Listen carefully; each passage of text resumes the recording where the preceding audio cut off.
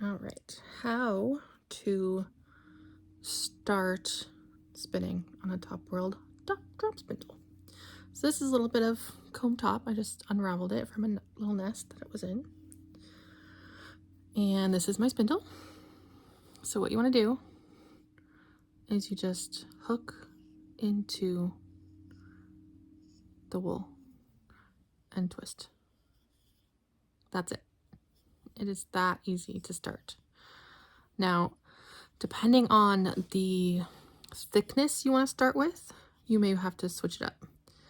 So, for example, if you want it to be really thick, or also if you are struggling getting it to go on, what you can do is you can take a longer chunk like that, put it around, and then actually wrap it back on itself. So it's almost like you'd be starting, like you're joining. And then you just spin it. And I usually do the park and draft. So then you draft it out and you keep spinning it. I always spin pushing the spindle away from me. And then when I apply, I pull it towards me. So that's the style of spinning I do. And now I'm intentionally making this into a thick thin. But yeah, that's how you start it. And you can either take it off once you have a decent length. You can either take it off the hook and wind it on the cup, or you can go just down there and wind it on from there, leaving enough room obviously to get back up to the hook. So I always wind it around twice to make sure it's not going to slip off while I'm spinning. And then you add some more twist. So that's what spinning does. It just adds twist to the wool. And then when you draft it out, the twist goes into the rest of the fiber. And then you add more twist and draft it out. And if there's like little bumps or things like that, you can just kind of twist it with your fingers just to kind of compact it. And then the next trick is when you're drafting, you can release it like that. So you're literally just bringing the spindle close to your hand, and it's called a ply back. And what that does is it shows you how much twist is still in the single. So that's quite a bit of twist still. And it's up to you whether you want like how much twist you want in it. Some people like more of a slouchy yarn that doesn't have very much. And some people like a really twisty yarn that that plies really well. So there, that's kind of like an in-between. You can see there's not going to be too much in the fluffy spots, but that's also because I'm making a thick thin yarn. That's going to happen because the twist typically likes to be in the thinnest section of the yarn.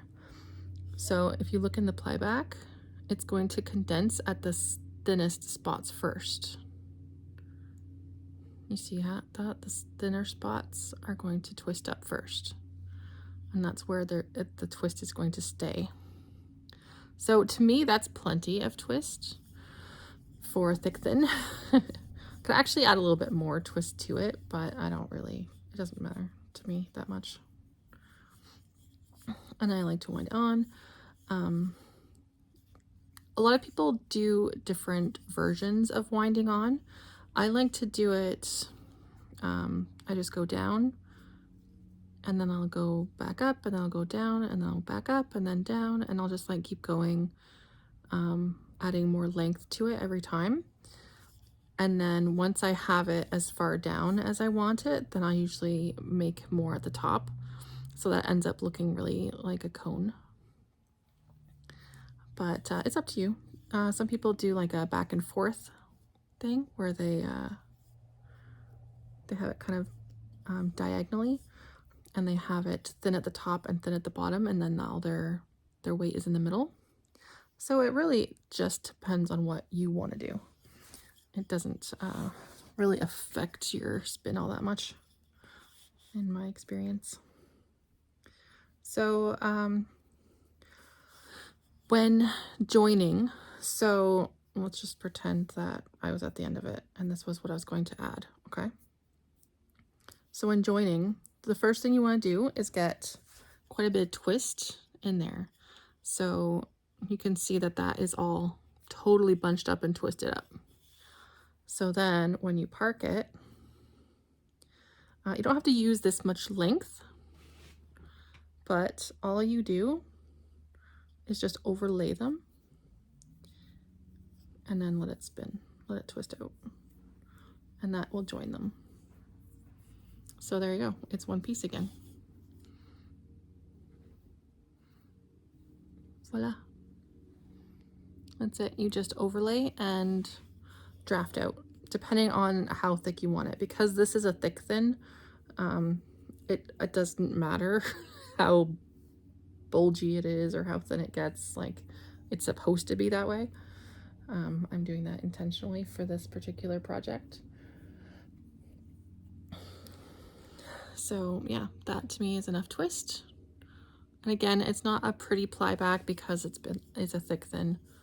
So I might try doing a video like this again when I'm doing a more consistent spin in order to show off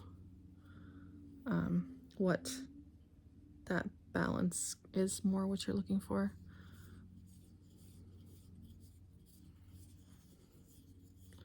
Yeah, so then I'm going up for the next row. Yeah, so that's it. That is how to start spinning on a drop spindle. It's fun. I enjoy making thick thin. I work really hard on my consistency. Here's an example. Sorry, that's all my roving wrapped around the spindle to store it. There we go. So that's more the consistency that I usually go for. It's fairly consistent all the way around. So the start and where I'm at now, and of course what I'm spinning. So that's a nice, fairly thin single that I'm working on right now. But I usually like to have at least 2 projects on the go. So this is not sure what it's going to be yet, but there's that one I'm working on. And then I'm doing the thick thin project with another single that I have just sitting there waiting for me to make the thick thin to go with it. So yeah, starting from scratch.